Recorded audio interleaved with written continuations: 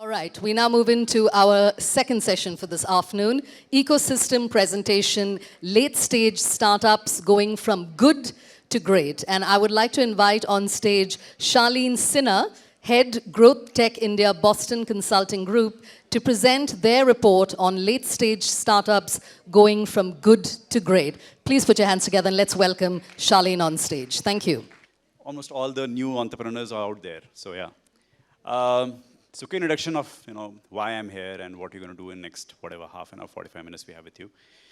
I lead what is called Growth Tech at BCG, which is basically working with all digital companies and startups. So most of the unicorns you see out there, we work with them on many of the large scale transformation, on their new business incubation and so on.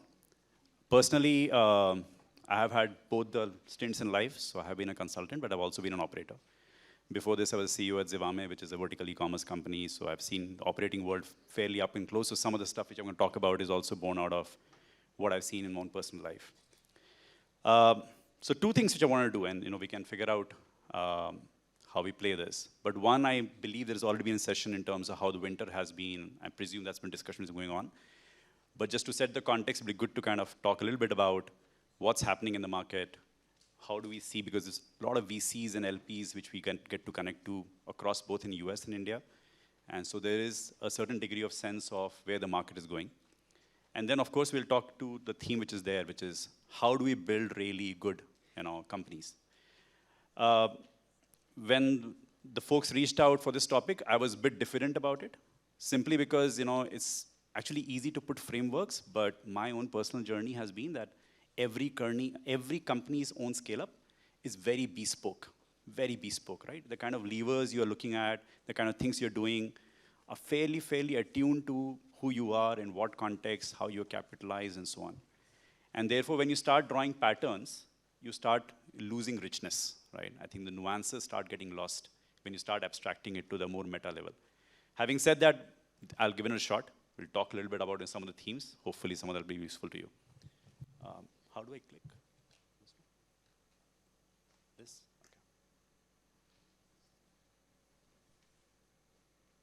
Okay, not right after the break.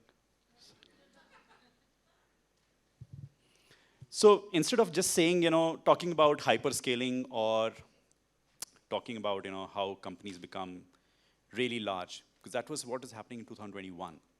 I want to talk a little bit more resilient growth. I mean, you have all heard about how profitability is a new mantra, and that's always been almost a schizophrenic kind of reaction, right? Because I've seen in 2021 constant focus on growth at all cost, right? And part of it was driven by the fact that you had to do it. Most of the companies were operating in network markets. So if you're an Uber and Ola, the more customers you get, the more drivers you get, and so on, right? So if you're not there in the number one, number two player, you're going to lose the market. If you're a food delivery player, same. If you're an e-commerce player, more customers you get, more retailers come onto you, you get more economies of scale, and so on. So wherever network effect was there was a constant push by the investors and the board to get there faster, and of course the cheaper capital helped. Now obviously right now in a place where we are trying to figure out the balance and profitability as well as growth, and that's where I think the more resilient companies are the ones which are going to be more flavor, and that's the topic I want to talk about. This all you have heard. I mean, anybody who browses even casually, business journals, is a year of gloom in some sense. You talk to a lot of investors, you talk to LPs, there is general sense of pessimism in the market. And that's the whole text of the conversation. Before this, I won't touch too much. But just want to de-average this a little bit for us in India, right? And also what's happening globally. If you look at what's happening globally, I think there are three different centers which are there. The globe is around 95 trillion economy. These three, which is US, Europe, and China, almost 65% of the total global economy is sitting just in these three zones. And therefore, today, what you see unraveling in the market in terms of inflation, interest rate, and so on, is being driven by these three geos dominantly. US, 2020-21, huge amount of money was pumped in after COVID because you wanted to get over that phase. That led to a lot of cheap capital. With COVID also, what happened is a lot of digital companies became very large very quickly because people moved from offline to online very quickly, which meant huge valuation spikes as cheap money came in, right? Today, they are seeing after effect of that money coming in. There's a lot of inflationary pressure. Fed is struggling with the balance between recession and inflation. And that balance will continue. And there is, if you talk to CEOs, we do a CEO survey, almost 65 to 70% of CEOs in the US do believe there's going to be recession on the cards. So that is one economy struggling to kind of find right balance. Europe is what I would call as imported, inflation. The Ukraine war and the pressure on energy has just basically led them to grapple with this. They've actually done far better than most people expected them to, but then they're struggling with inflation because of this whole energy spike. Russia was supposed to collapse, it has not. Countries like UK are now struggling far more. But overall, I think it's in a place where they're trying to, again, find their own balance. China, different things. One, the biggest one has been the US, Sino-Axis rupture. Last 3-4 years after Trump, that pressure has been extremely high. There is a huge conflation happening between those two countries, and that has huge bearing on how they're thinking about investors coming in, how their companies are doing abroad, and so on, right? And that is playing out in multiple dimensions across. The way they approach their own tech companies, the way they went and cracked down in 2021-22, that has bearing in terms of how at least a lot of global investors are looking at China as a market. And third is their own start-stop policy around COVID, the way they completely shut the system down, the whole supply chains collapsed. They were the manufacturing powerhouse of the whole world. That has a bearing. And as China ramps back, as it opens back again, I think we'll start seeing more pressure on the overall inflation set. So net-net, if you look at it, I think, and I don't know what the session was before this and what is the outtake, but at least internally our view is we are in choppy waters and they will remain choppy for some time. And anybody who starts taking a predictive route to this is actually playing a little bit of fool's errand. It's not easy to because there are too many global factors at play, and how they click and come together is something which you don't know, right? And one thing which investors don't like, uncertainty, and that's playing out, which is why you're seeing this massive climb down of investment levels. This is just a total global quarterly VC investments from extreme high, it has come to $70 billion. And that number has been constantly falling quarter after quarter, which is why you see the Financial Times and WSJs and Economic Times and Mint every day crying about what's happening in the startup world and why the money is stopping and the valuations are collapsing and so on. Right? So the question is, if you look at this, what does it mean for us? Are there some green shoots? Do we see something different in the market or not? So 2 facts I'll talk about. One, generally, if you look at how the investments have been, I think there's a lot of recency bias. We are just animals of, fundamentally programmed by what we have seen in last year, 2 year. I think 2021 especially was an aberration. That was like a lot of factors coming together in a manner which has not happened before, unlikely to happen immediately and hereafter. If you look back slightly earlier and look at 2020 numbers and look at total investment numbers, 2023 investment numbers are almost similar to 2020 numbers. There was a time, 2020 was not a bad year. It was a normal year.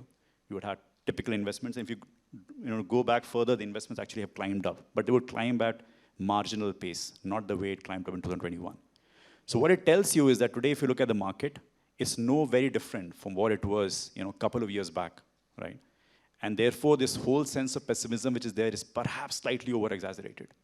Second is just the right-hand chart is the global, total dry powder sitting with investors. It's an all-time global high. Money is there with the private equity in VCs. Obviously, slightly more in the other markets than India, but there is actually money with them in the pockets. That's not getting deployed for multiple reasons. That's not getting deployed because A, they are not clear about, how their portfolios will shape up. And so they're keeping money so that, when their companies need it, they're able to put it. They are not clear about how the valuations will play out because some of the companies will see a down round, the multiples are getting reset, and therefore at what investment level do I put? We are not clear. So there is a degree of uncertainty, which I said investors don't like. But if you look at a total quantum of money, the money is there. So therefore, if there are great companies being built, there are good products being built, they will get funded. You will have a debate and a lot of friction around the valuation, but it'll happen.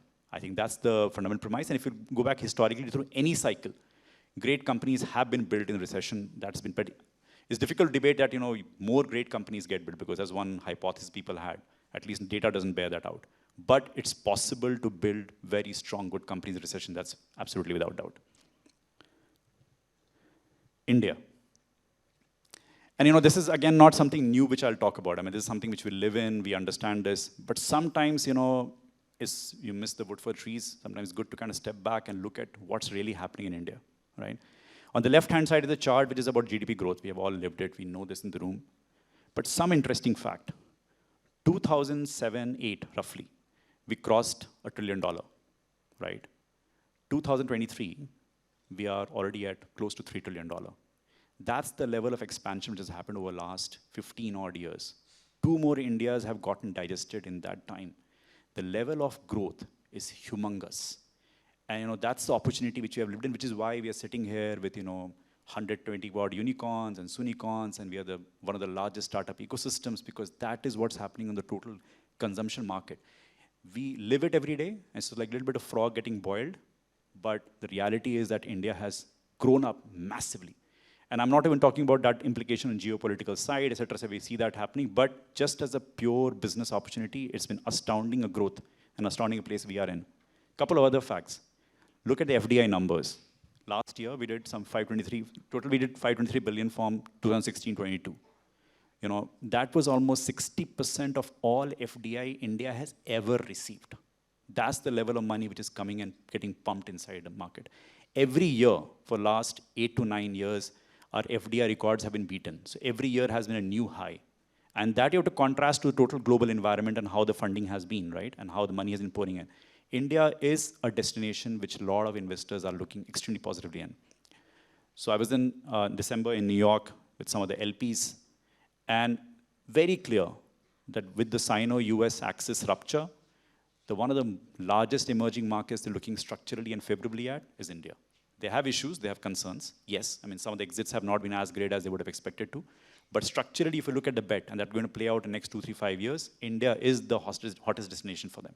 So I think from a pure place where we are, and we have to take slightly longer view than next 2 quarters and 4 quarters and 8 quarters, because we're going to build companies for longer. I think it's a great place to do that, because you will actually have, A, the domestic consumption to actually fuel that, and you will have money to actually build.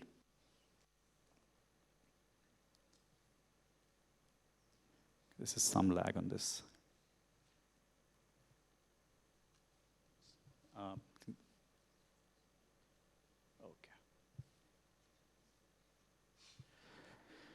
Going forward, 22 to 30, what does it mean? So I talked about the growth. Next 7, 8 years, the power of compounding, we're going to get ingested one more India in next 7, 8 years. So it's going to form 3 to 7 trillion odd by 2030. That's again huge.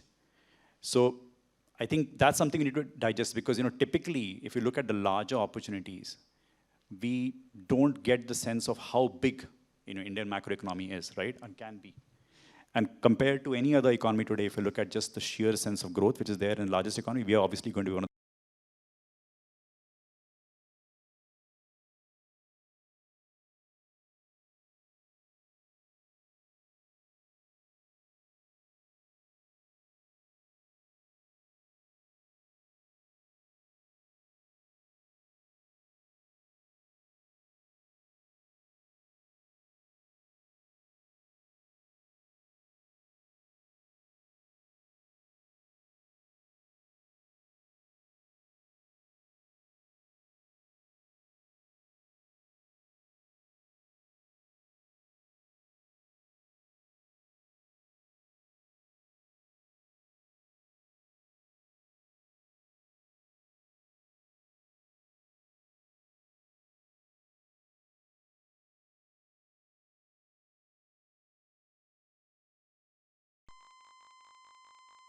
Five years ago, people didn't know SaaS, right? Now SaaS is one of the largest opportunities out there.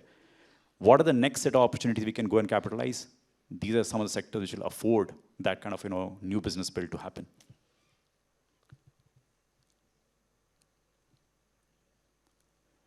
Something we know, more affluent digital India. There's a lot of discussion which happened, a lot of consumer tech companies today. How deep is Indian market, right? There's a struggle which you're doing with CAC. It's becoming more expensive to kind of expand that, and that's true. So while you have a very large-scale market, it's also more difficult to build businesses in India. Having said that, again, going back to the narration of how India will be, the affluence has been continually increasing, right? So we will have almost double the number of households in next 5 to 6 years of just people who are far, far more in terms of affluence, which means more discretionary spend, and therefore, the kind of companies you can build around that. And therefore, when we look at India, there is, okay. typically 3 Indias we can think of, right? There is the larger creme, the cred market, if you will, 50 million. They are pretty much like a European setup, right? With an average median income around that. There is an Indonesian market after that, some 400 million people sitting there. Very large market, again, but they have to cater differently. And then there is a sub-Saharan market, right? I mean, sub-Saharan African market, which is a much lower income. Now, how do you build your business around that is a question. And this will require a different kind of rhythm if you're going to move to the second tier and third tier. But the opportunity is there. And that's, I think, if you talk to a lot of founders today, especially when people who are more D2C or consumer focused or in fintech, I think that's what, they are focusing their energies on in terms of looking beyond the top creme, which is obviously extremely competitive, to looking at a second and third one, right, in terms of how you build a business. So it's in that context which I wanted to talk a little bit about, how companies are doing today, right? And I wanted to a little bit theme on resilient growth, as I said.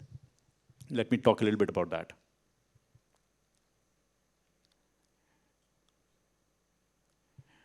Simple chart in terms of valuations, right? Because that's something that's dictating a lot of companies and have impact whether you're starting up or you're a Series A or a B or a C. The valuations have dropped and dropped significantly. The reality is today public markets and the private market valuations had a huge distance, and that gap is now getting bridged and dramatically. So we are seeing a drop in the public market, but more importantly, the delta which the private valuations used to happen is actually disappearing. So the chart here is the left one, the top is actually 2021 valuation multiples. 2023 is on the bottom. And what you see on the extreme right is the valuation which companies with high growth and high profit used to get, 21. And these are all public market. So, in private market, I know the valuations had climbed up to 70, 80, 100, right? Today, that number has dropped to 8. Now, what it implies is that you need to be double the revenue or more to justify your earlier valuation, right? And the growths have gone down. So growth, instead of being 100%, have gone down to 30% or 40%, which means I will need to continue this growth for next 3 years, 4 years, 5 years to justify my current valuation, right? But look at what is more interesting. Look at those two buckets, which is called high growth, low profit, which is the second bar. Companies, which is how the companies have been built last 2 years. High growth, possibly profitability is not there as much. The valuations have dropped from 15 to 5. So almost, dropped to a third. In contrast, the companies which were at low growth but profit, there the numbers have dropped much lesser, right? So net, if you look at it, the discussion has been, how do you actually get to a balance of profit and growth today, right? And that's a much more difficult challenge, as any entrepreneur will tell you, because the muscle which has been built up is very different. Having lived this myself, it's easier when you think of unidimensional growth. I would not say easier, but at least the complexity you're dealing is a completely different order. You're trying to push deeper into the market, you're looking at new channels of acquisition, and so on. When you try and do the balancing, your organization is not built that way. Your people are not built that way. The KPIs are not built that way. And changing that every 2 quarters is not straightforward. But the companies which do it, and very few companies will do it, historically, when you look at it, only 15, 20% of companies are able to kind of tide over this delta of actually making transition happen. And when they do, the markets reward them disproportionately. And that's typically, and that's, I think, what will happen. So companies which will come out of the recession right now, or whatever this downturn is, will have much more deeper muscles in terms of actually, being able to thrive much, much better, because they will have a much better cost economic structure. I won't spend too much time, but I think the point which the whole agenda was, how do we see resilient companies? And I think there are 3 or 4 big pegs which are there. One is just strategically, they have done many things right. They have built the engine to actually go after them. And they have actually put some thought in terms of the organization and culture. I will not touch upon the capital side because it's a far more convoluted topic, but in terms of how do you raise capital, when do you raise it, how do you think about the cap table, and so on. But I'll give you some flavors of what we saw in other 3 pegs across companies. I think the difference when you look at India, and that's something which again all of us know, but it's a contrast to China and US, is India, biggest companies are built on solving real problems. I think a layer above roti kapda makan, right? Where people are spending money, they want more cost advantage, they want better assortment, they want better convenience, right? But you're solving real problems and people are building on that. If you look contrasted to China or the US, that's very different. China, for example, a significant part of the companies are built around media. You look at Baidu, you look at Tencent, you look at ByteDance, TikTok, etc. A lot of companies have come from that stable. US obviously is much more higher proportion. But India, if you look at 70% roughly of unicorns, et cetera, have been built on core businesses. They have gone and solved real problems. For example, if you look at supply chain, you look at an Alicious, you look at a Pepperfry, you look at a Wakefit, they have gone ahead and solved real problems, unorganized to organized, right? They have actually gone and created something which was not available to as a consumer earlier. And therefore, they are being rewarded for that in terms of higher consumption and growth. And I think that is how I link back to the 25 opportunities I was telling you about, $100 billion. There is actually a big opportunity there. But then India has to be thought about differently. It is not going to be a copycat mechanism where you look at a US system and a Chinese system and say, we're going to replicate that. It's not going to happen. You have to go thoughtfully and say, look, okay, fine, chemicals is a big space. What can I do there? You look at a model like Zetwork. That has no corollary in India, and anywhere in globe, right? Where they have connected small manufacturing, fabrication companies to the other end, enterprises. There is no corollary. We have to find very specific India solutions to India problems and India consumption. The second fiber which we see in most of the resilient companies is the ability to move. All these companies are unicorns and more actually had a pivot. One MG, if you go and talk to Prashant, it was actually a simple listing of health info. If you go and talk to Misho, they were a hyper-local player. If you go and talk to Oyo, they were just an aggregator of B&Bs, which is similar to Airbnb model in some sense. Pepperfry was a fashion marketplace. Right? Twitter was a podcasting platform. YouTube was a dating website. Right? Most of the stories are not known. But they pivoted. Now, that's not a big story. All startups pivot. But 2-3 things I want to talk about. One, we see the morning context, and you see Ken, and you see ET, and there is the whole thing about, oh my God, these companies are pivoting.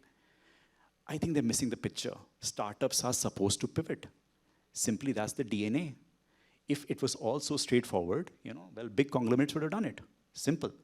You go out there and you test out a new proposition, a new hypothesis, and that hypothesis either is verified or is not verified, period. And therefore, companies which keep on doing that pivot fast, quick, well run, are the ones who are going to win. So pivots are pretty much the DNA of startups, I think, part one. Part two, these are all young pivots I'm talking about. This would have happened in the first 2 years, 3 years. I have seen these companies scale up from Series A to Series D to Series E to $1 billion to $5 billion to $10 billion. They continually keep pivoting. So if they have one core business, they will go and find something else. They will try and experiment something else, and and so on. But how do you keep that agility? How do you create an organization? How do you create that communication that you keep on pivoting more and more? And it is not taken as something, oh my God, I have failed in endeavor, as against I have gone and proven an experiment, either true or false, to the Einstein's theory, right? 99 times I failed, and first time I succeeded, and so on. I think that's the piece. It's a bit like an R&D in action, but you have to own it. And I think some of these companies, the resilient companies, actually own that very well.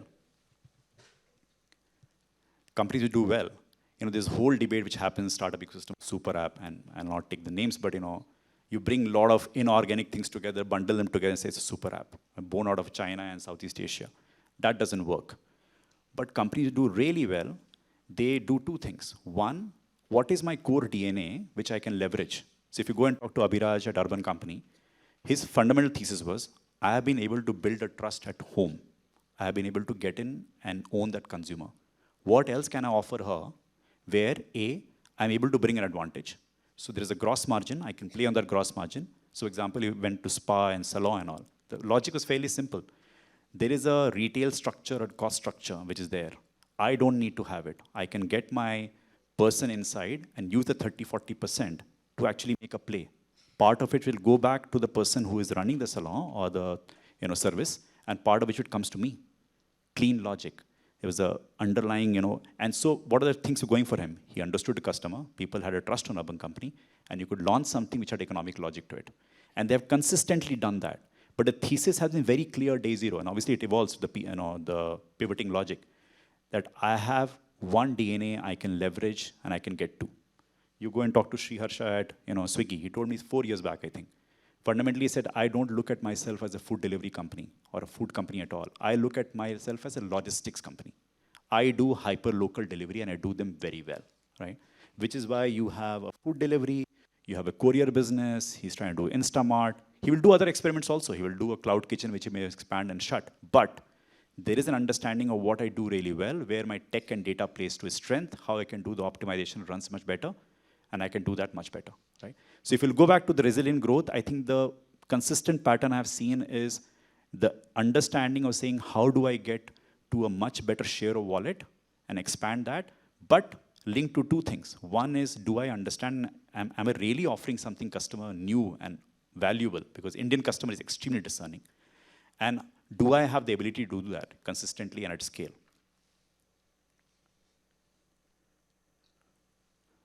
So I had a knee injury a couple of years back, and I realized how many muscles go in a body, right? Small muscles, large muscles. But there are some large muscles. Hamstring is a large muscle, quads is a large muscle, but there are multiple zillions of these small muscles and twitches which go inside. And so therefore, the question which comes up with a lot of entrepreneurs is, what's the defensive moat? Is there like a one big mantra and a lever? And my own personal learning, having run a company as well, is actually you cannot have one or two. It's like multiple knobs which you keep running, right? And a great company is when those knobs generally are in rhythm versus not. Having said that, there are one or two which are large group muscles. Something which defines you and is making you run that game faster and harder than the next one. And I think that's what I call physiology of a winner in terms of muscle groups. And it could be any of these, right? And some of them actually have seen more consistently than others. I think the theme on customer obsession for anything, I mean, it could be a SaaS company which goes and says, look, I will look at my ICPs every so often. So recently we were in a SaaS conclave, we had top 20 founders. And I think what is so interesting is these are all $3 billion, $4 billion valuation companies, very large, $150, $200 million ARR. Is the founder came up and said, look, every year I look at all my customer profiles. They have something called ICP, which is what you're targeting, right? I go and look at my ICPs again and again and again. If you talk to some of the larger D2C companies, the obsession they have about understanding what is going on with the consumers, right? Because when you started, you were a founder, you're in touch. I mean, when Flipkart started, they started by selling almost books at, a marketplace. It's offline. And they started picking up signals from that. But when you scale that up, it becomes a huge problem because now you have much larger teams, you're into multiple verticals, there are thousands of people, and you start losing touch of who the customer is, what is she saying, why is she coming back to you or not coming back to you, start losing touch.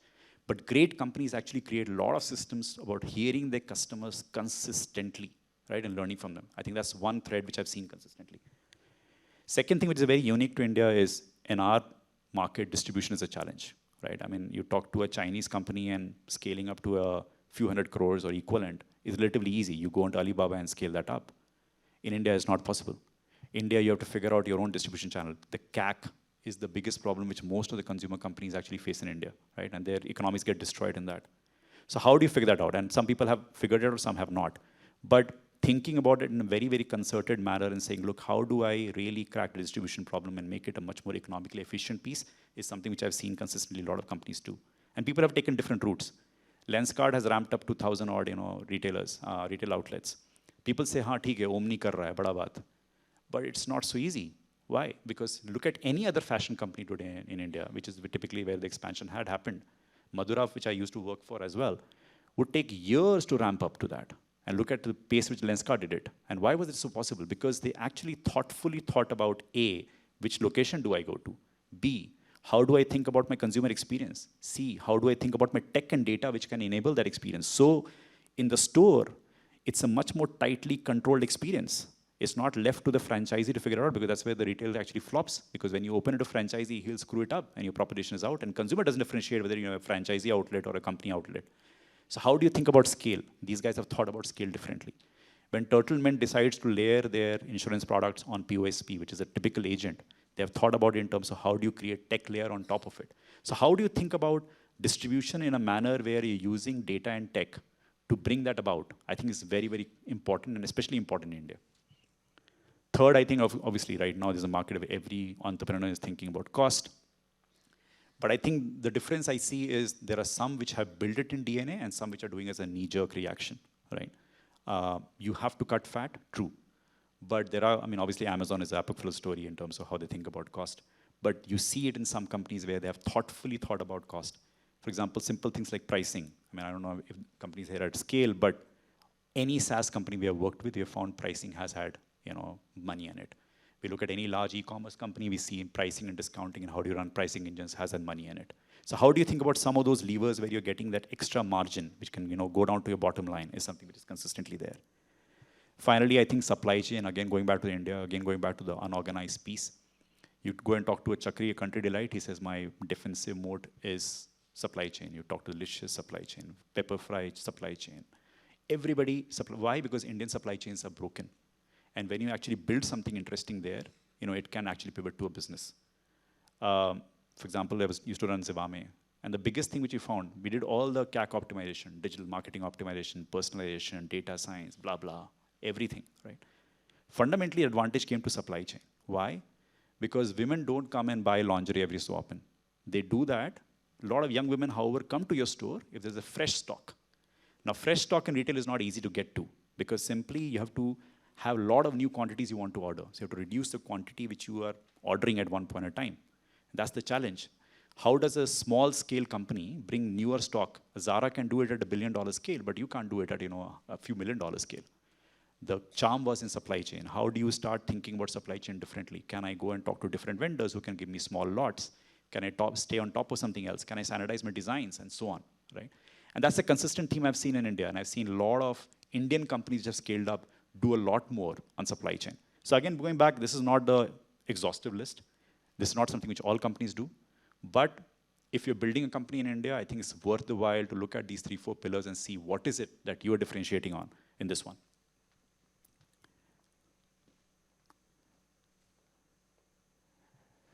Finally, on a couple of softer stuff, right? Culture, org, team, leadership.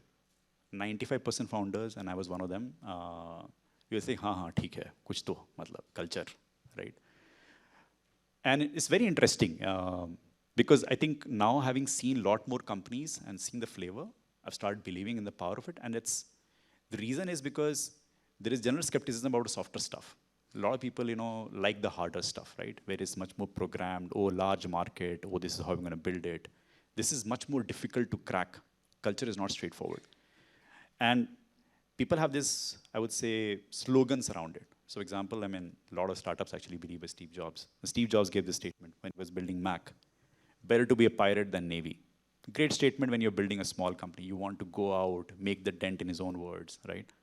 But when you're scaling up, that doesn't work. Because if everybody is a pirate, you don't know where you're going to go, right? Because everybody is taking a pirate ship and running with it.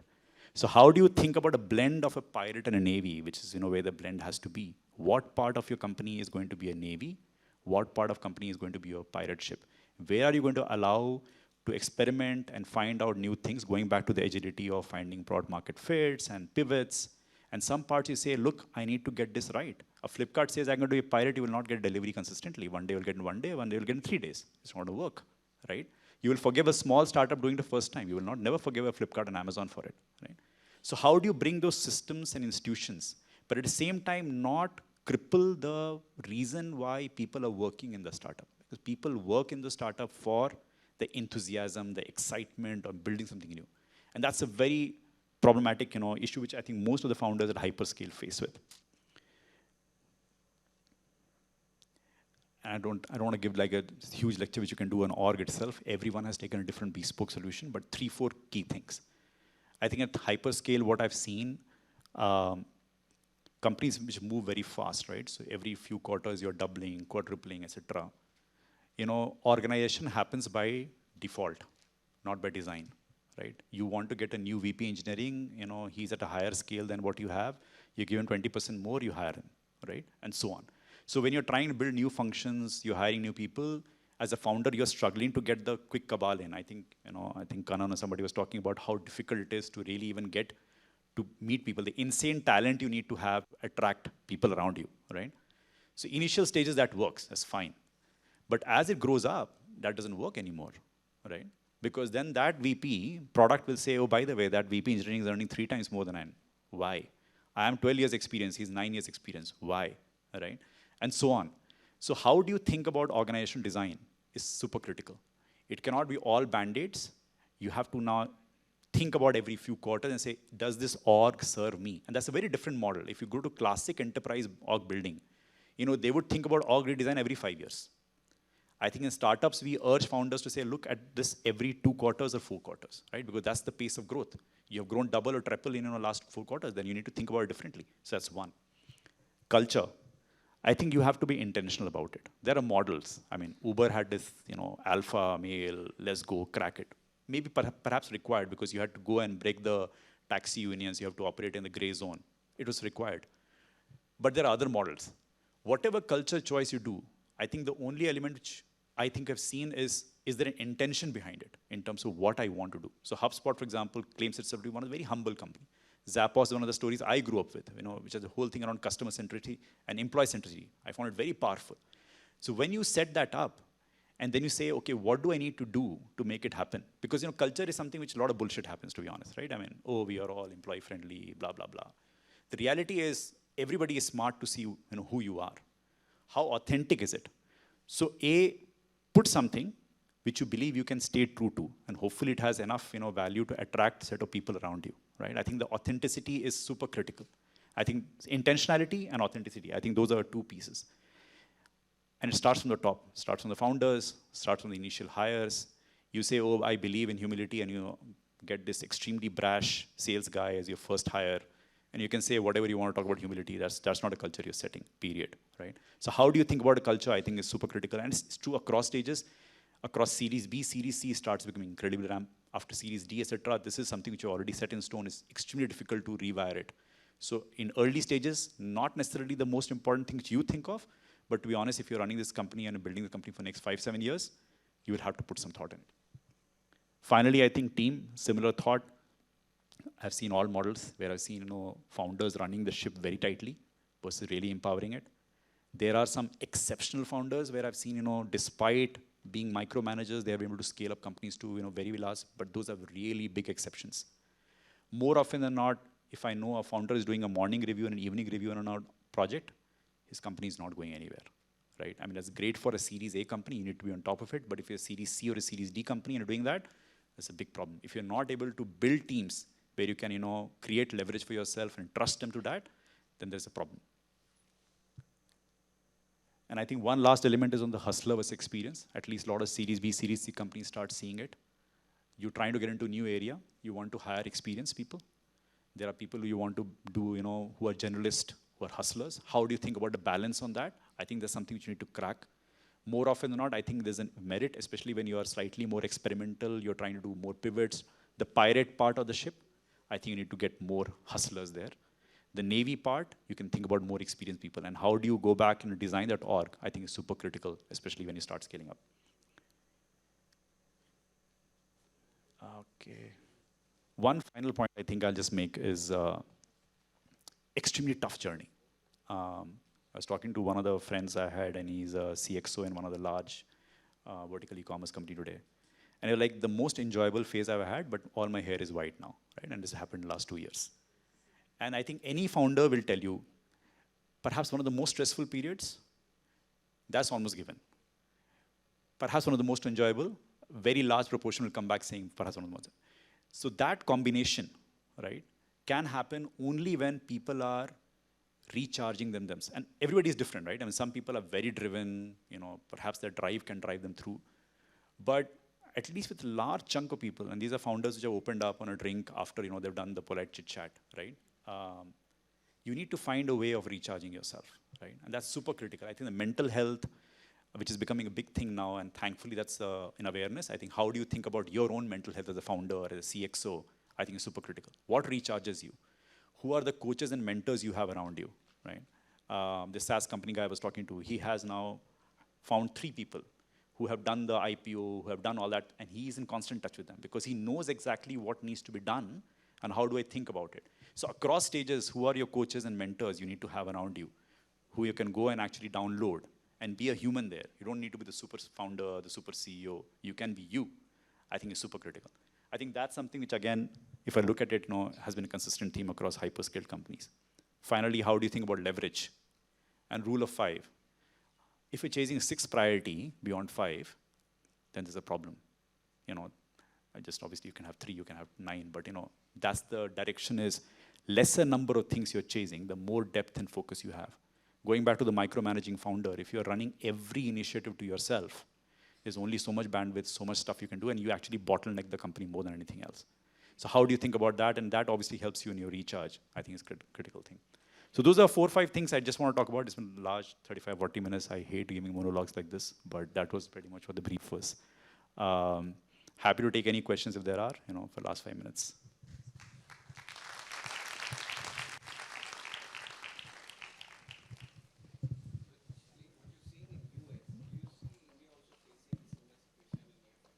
In what sense?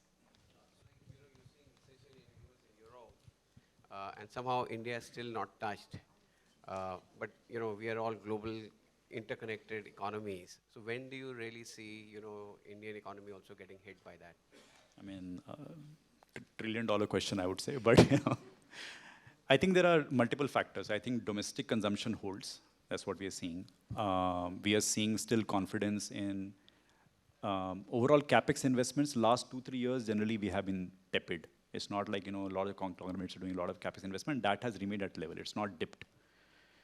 Export-driven setups, I think they are seeing stress. So if you look at, even for example, SaaS or ITES, etc., we are seeing stress. So I think it's a mixed picture. I think the where I see it is we are still in the top quartile of the global pecking order, right? We will fare better. Okay, we will fare better than most of the geographies is where we are. But I think next 12 to 18 months, I mean, if you are a startup, you are starting up, I think building more conservatively, keeping money with you is not a bad idea at all. Yeah, here. Excuse me. Here, this side. Right. Okay. Here. Yeah, okay. Sorry. The interesting slide was about the dry powder available. Sorry, which one? The dry powder that you showed us. How much of that money can be attracted by Indian startup ecosystems, and what is holding it back? So there are two parts. I mean, the dry powder largely is VCs and PEs already who have it. I mean, it's a committed money. Obviously, you have to still call for it. And that, even after calling, you may not get it. I mean, that's the one thing which they have a risk of. So they will run by their own mandate. I think the dry powder will have geographical diversification already inbuilt. Having said that, I think and I was talking about this LP conversation we were doing earlier, India is already there in very high interest. I think where they are looking at is 2-3 things. They are looking at how stable we are as an economy. I think this, at least I'm picking up from the last conversation, right? I mean, this whole election which is going to come up and all that, I think they were looking at that part. And do we maintain the political stability and do we maintain, that rhythm? I think is one part which is playing out. Second is, I think, element of how exits happen. Because we have had plethora of few exits in the public market, but we also saw a significant dip in valuations after that. So how exits happen will dictate a lot of, how investors think about the returns. I think to point which, Rajiv was talking about earlier. Ultimately, it's a very clean game and blind game. If the market affords you a better, return for the risk profile you're taking, I think people would want to come in. And I think the good thing is because China is no more an attractive destination as it used to be, that money has to flow somewhere. And India is pretty much up there as one of the locations they're looking very favorably on. So to your question on the ecosystem, I don't know. I think if we keep building to more solid businesses which have an eye on unit economics and profitability, I think that should definitely help. I had a question. So you mentioned in one of your slides that there are 3 global markets. One is the Europe, Indonesian, and African, which have different amounts of money to be spent. Can you elaborate on that? As founders, how can we? What are the parameters based on which we can customize our products to fit those markets? So I think it's a tough one. I mean, recently I was hearing Bhavish and he was talking about, and somebody was saying, look, it's so difficult to build in India, etc. So I said, that's a challenge. You have to build to Indian unit economics, right? The moment you build it to that, you can actually scale up like crazy. Because the scale is there in India. And as all founders know, it's a very tough market to, get unit economics right. I mean, so to me, as I said, the principles are you solving a real problem? Is that something which is leading to the consumer finding some efficiency? So for example, if you're a grocer, then you say, okay, fine, I'm able to get you 5% advantage on your cost bucket. Get some of the basic real problems solved. there is a bigger chance. I think something which is slightly more the classic vitamin versus pill thing which we have, right? If you are more vitamin level, there's a problem in India, definitely. To your question on how do you create models, I think you have to think about fundamental advantage you create, right? So for example, if I look at something like a deal share.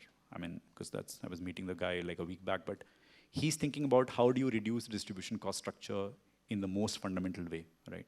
Because that affords him a chance of actually going to the tier 2, tier 3 towns and being able to do that, right? So I think you have to go and look at those structures much more cleanly. I mean, if I look at supply chain, the reason I kept on reinforcing through supply chain, because I think that's something which is broken in India consistently, right?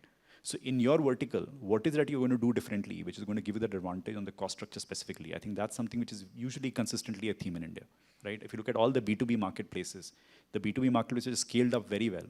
They have solved real problems. In money that we invested in, right, for ads. At this moment, the market is not growing, right? Because the end consumers, the ultimate consumers are just 15% of the total 140 crore ka population. There are only 15 crore people who buy online at this moment, regular. They're obviously growing, but then again, these D2C companies are also growing, which are again dependent on these two channels. I'm repeating myself, sorry, but I'll just come to the point. How do you think that a consumer product company or a D2C company, because D2C wasn't even a word or buzzword when we started out, right? So how do you think we as a D2C company or a product company should look at Pivot now? I think we should just take it offline and have a longer chat on this. I think because I'm just getting really bad eye on this, so let's just do that. I think look on the Pivot largely. I mean that's not something which you are facing alone. There are a lot of D2C companies facing the same thing, right?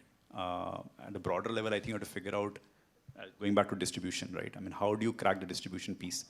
All of us have been there where we have spent a lot of money on Facebook and Google till you figure out, that money comes from US and goes back to US, right? Because it comes from LPs and goes back to Facebook.